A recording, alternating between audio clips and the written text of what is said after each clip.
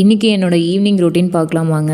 இன்றைக்கி ஈவினிங் ஸ்நாக்ஸுக்கு பாஸ்தா தான் செஞ்சு வச்சுருந்தேன். காலையிலேயே பாப்பா வந்து எனக்கு ஈவினிங் ஸ்நாக்ஸுக்கு பாஸ்தா தான் வேணும், நீங்கள் செஞ்சு வைப்பீங்கன்ட்டு நான் ஆசையாக வருவேன் அப்படின்ட்டு சொல்லிட்டு தான் கிளம்புனா. அதனால் சரி எப்படியும் எதிர்பார்ப்போடு தான் வருவா, அதனால் நம்ம செஞ்சு வச்சிடலாம் அப்படின்ட்டு செஞ்சிட்ருக்கேங்க. பாஸ்தாவை வேக வைக்கிறப்போ உப்பு கொஞ்சம் எண்ணெய் சேர்த்துக்கிட்டிங்கன்னா ஒன்றோட ஒன்று ஒட்டாமல் இருக்கும்.